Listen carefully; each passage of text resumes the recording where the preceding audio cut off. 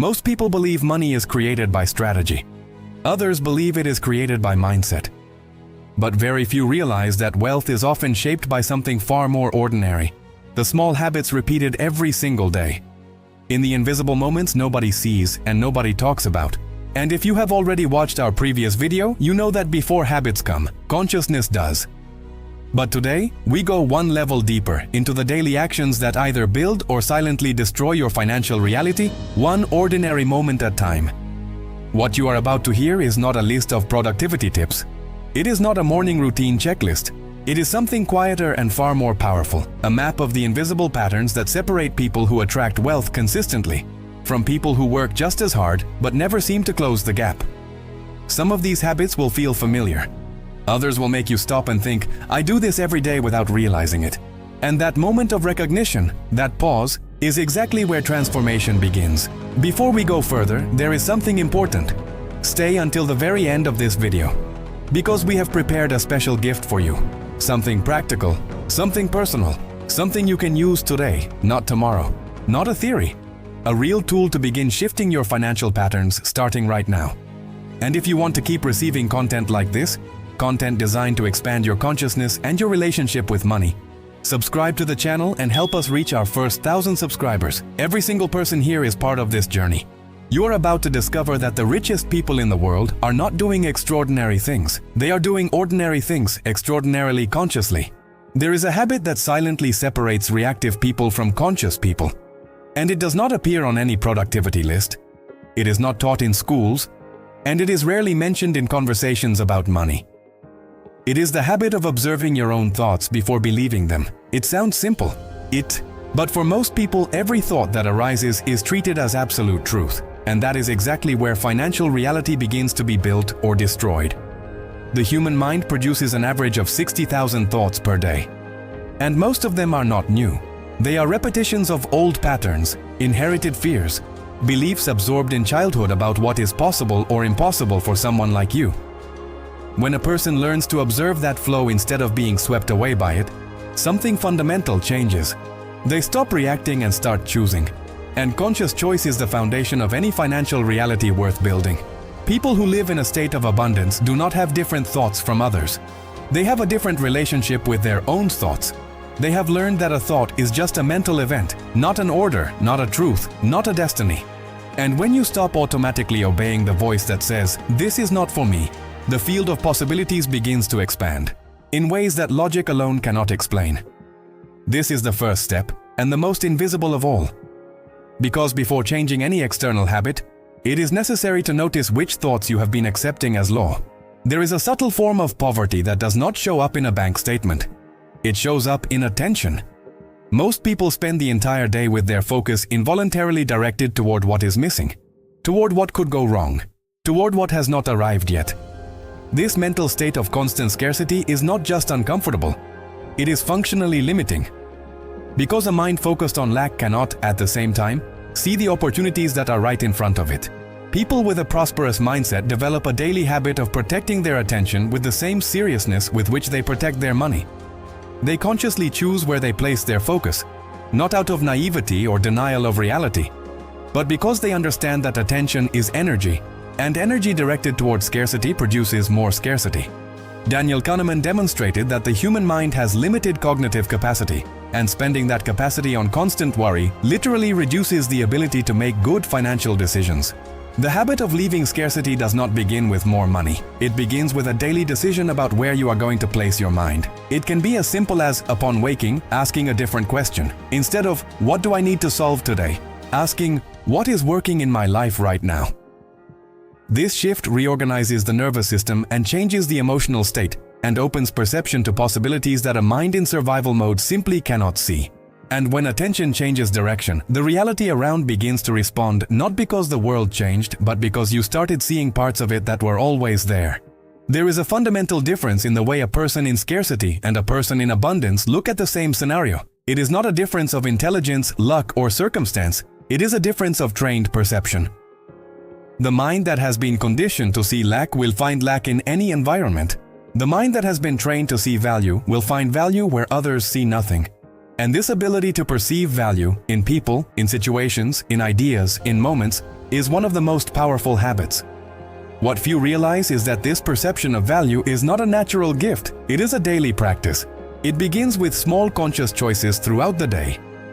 When you look at a conversation and think, "What can I learn here?" instead of "What a waste of time." When you look at an obstacle and think, "What opportunity is hidden here?" Each of these micro-choices gradually recalibrates the filter through which you see the world. And that filter directly determines which financial opportunities you can see and which ones pass by invisibly. James Clear in Atomic Habits describes how small habits repeated daily create what he calls the compound interest of behavior. Changes that are almost imperceptible day to day that accumulate into radical transformations over time. Seeing value everywhere is exactly that kind of habit. It does not change your life overnight, but after weeks and months of practice, you find yourself making different decisions and attracting different people, identifying opportunities that simply did not exist in your field of vision before. And when the perception of value becomes an automatic habit, the world around does not need to change, because you have already changed the lens through which you see it. There is a language of scarcity and a language of abundance, and most people speak the first without realizing it. Phrases like, "Money does not grow on trees," "I never have enough money," "That is too expensive for me," seem harmless. They are just everyday expressions, right? Wrong. Every word you use to describe your relationship with money is constantly programming your nervous system, shaping your beliefs and signaling to your field of consciousness what your real state in relation to prosperity is. Prosperous-minded people do not talk about money the same way. Not because they are richer, but because they have developed the habit. Using language that reflects expansion instead of contraction. Instead of, "I cannot afford this," they say, "That is not my priority right now." Instead of, "I am broke," they say, "I am redirecting my resources." This change is not cosmetic, it is neurological. The language we use activates specific patterns in the brain and body, and those patterns determine how we feel, decide, and act financially. Napoleon Hill states that wealth begins with a specific mental state, and that this state is fed or destroyed by our internal dialogue. The dialogue about money you inherited from family and culture is running in the background all the time, influencing every decision you make. The good news is that language is a habit, and habits can be rewritten, one word at a time, starting today. Rewrite your internal script. Choose expansion. Speak the language of abundance. There is a silent trap that keeps intelligent, talented, and spiritually conscious people paralyzed for years, and it has a very convincing name: preparation. The mind in scarcity mode will always find a reason to wait a little longer. One more course. One more piece of information. One more perfect condition that never arrives. And while it waits, the financial life remains exactly where it is. Not for lack of ability, but for lack of movement. Because abundance does not respond to perfection, it responds to action. What prosperous people have understood, often through failures rather than theories, is that clarity comes from movement, not from waiting. You do not need to see the entire path to take the first step. You just need to take the first step to start seeing the path. This does not mean acting impulsively or irresponsibly. It means recognizing that fear disguised as preparation is still fear. And acting while the mind still has doubts is exactly what builds the kind of confidence that no course or book can give alone. A practical and powerful example. Choose today one financial action you have been postponing. A conversation about a raise, a project that never left the paper, a proposal you have not sent yet. Do not wait to feel ready. Do it with the level of preparation you have right now. James Clear calls this the 2-minute rule. Start with a minimal version of the action just to break the inertia, because a body in motion tends to stay in motion. And abundance, like physics, favors those who are already moving, not those who are waiting for the right moment to begin. Complaining seems harmless. It is a social pressure valve, a way to connect with others and process the frustration of everyday life. But there is an invisible and cumulative cost in every repeated complaint, a cost that does not show up in the bank statement, but shows up in results. Because every time you complain, you are directing mental, emotional, and creative energy toward a problem instead of toward a solution. And a mind constantly oriented toward problems develops an extraordinary ability to find more problems, including where they do not yet exist. Neuroscience has already demonstrated that complaining repeatedly literally rewires the brain. Neurons that fire together wire together, and the more you practice the mental pattern of complaining, the more automatic and natural it becomes. What begins as a casual observation about traffic or the government gradually colors the way you see opportunities, people, and financial possibilities. A mind trained to complain cannot, at the same time, be in the receptive state necessary to identify and act on prosperity opportunities. People who build wealth consistently are not people without problems. They are people who have developed the habit of processing difficulties without settling into them. When something does not work, they ask, "What can I do differently?" instead of, "Why does this always happen to me?" If this content is resonating with you, share it with someone who needs to hear it, because sharing knowledge that transforms is an act of abundance. And when you stop draining your energy into complaints, something surprising happens with what remains. That liberated energy does not disappear. It transforms into fuel for something that most people never get to discover. There is an invisible force that silently shapes your beliefs, your habits, and your relationship with money. And it does not come from within you. It comes from outside, from the people you spend most of your time with, from the content you consume before sleeping and right after waking up, from the conversations you choose to participate in or avoid, from the environment you inhabit daily. Jim Rohn, one of the most cited thinkers on prosperity, said that you are the average of the 5 people you spend the most time with. And this statement, which seems too simple to be taken seriously, is supported by decades of research in social psychology. Prosperous people did not get where they are only through individual discipline. They also got there because they were deliberate about their environment. They actively seek out the company of people who expand their worldview, who talk about possibilities instead of limitations, who celebrate others' success. They consume content that feeds a growth mindset. They avoid environments that systematically reinforce beliefs of scarcity and impossibility. A powerful practical exercise. Do an honest inventory of your environment this week. List the 3 people you spend the most time with. Ask yourself, after being with them, do you feel expanded or contracted, energized or drained, inspired or limited? Do the same with the content you consume. It is about recognizing that your field of consciousness is deeply influenced by what you choose. And if you want to keep building that field, subscribe to the channel and activate the bell. Every video here is designed to expand. Because in the end, you do not just inhabit your environment, you become it. Gratitude has become a worn-out word. It appears in journaling notebooks, in social media posts, in morning lists that people abandon quickly. Because of the superficial way it is practiced, it rarely produces transformation. But real gratitude is not a list or an empty ritual. It is a genuine internal state of recognition. When practiced this way, it changes how the brain processes reality. It creates a bridge between your current world and a field of total prosperity. The neuroscience of gratitude is surprisingly robust. Research by Dr. Robert Emmons at the University of California demonstrates that people who practice genuine and consistent gratitude report not only greater emotional well-being, but also greater clarity of thought, better decisions, and significantly an expanded perception of opportunities. This happens because gratitude activates the brain reward system and reduces the stress response, literally creating a more receptive and creative neurological state. In other words, a state much more aligned with prosperity than the state of anxiety and scarcity in which most people operate. Gratitude in motion is different from performative gratitude. It is not thanking for what you have while desperately wanting what you do not have. It is finding in each day at least one moment of genuine recognition for something small, concrete, and real. The morning cup of coffee, a conversation that opened your mind, a problem you solved. These moments, consciously accumulated, recalibrate the internal field in a way that no forced affirmation can.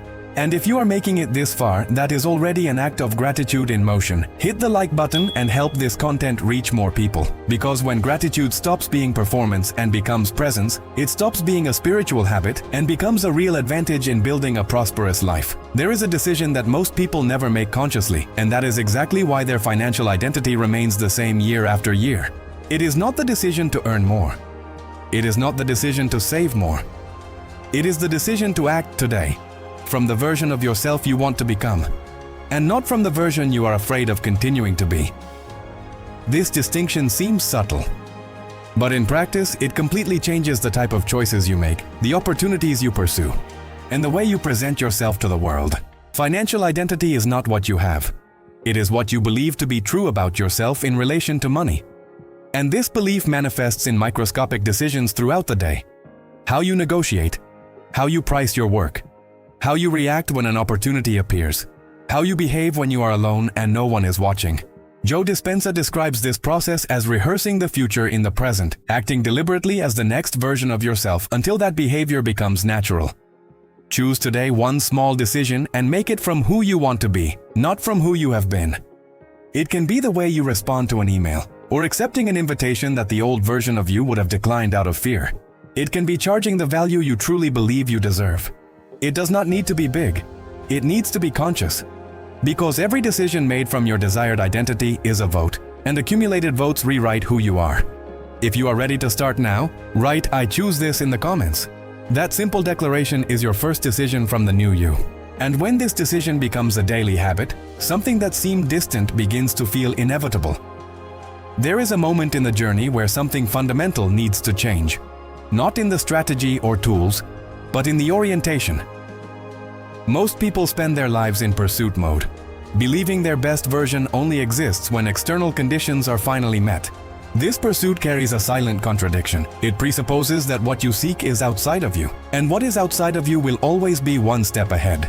Becoming is different from chasing. When a person stops running after prosperity and starts asking, "Who do I need to be for this reality to be natural?"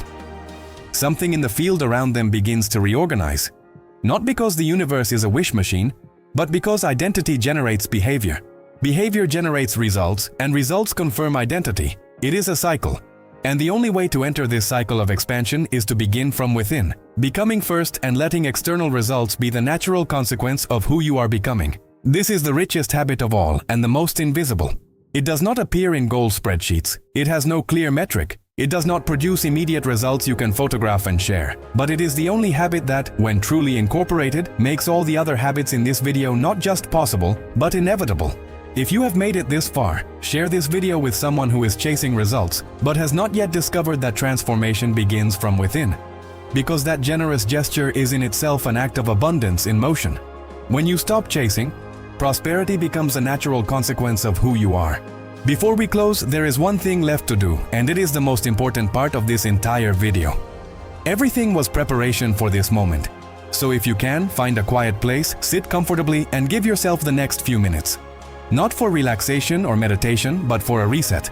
The first thing you are going to do is grab a piece of paper and a pen, or open a note on your phone. Write 3 columns. In the first column, write one mental habit you know is costing you prosperity. It can be complaining, scarcity dialogue, or postponing decisions out of fear.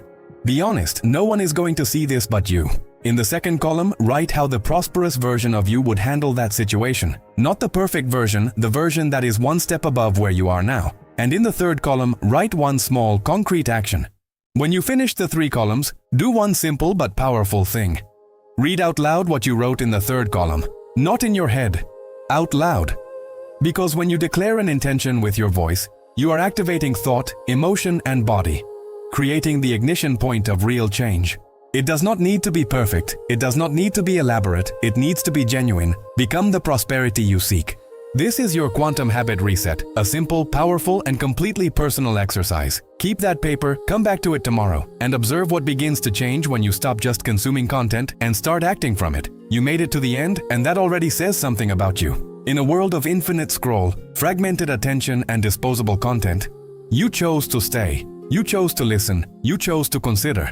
And that choice in itself already says something about who you are becoming.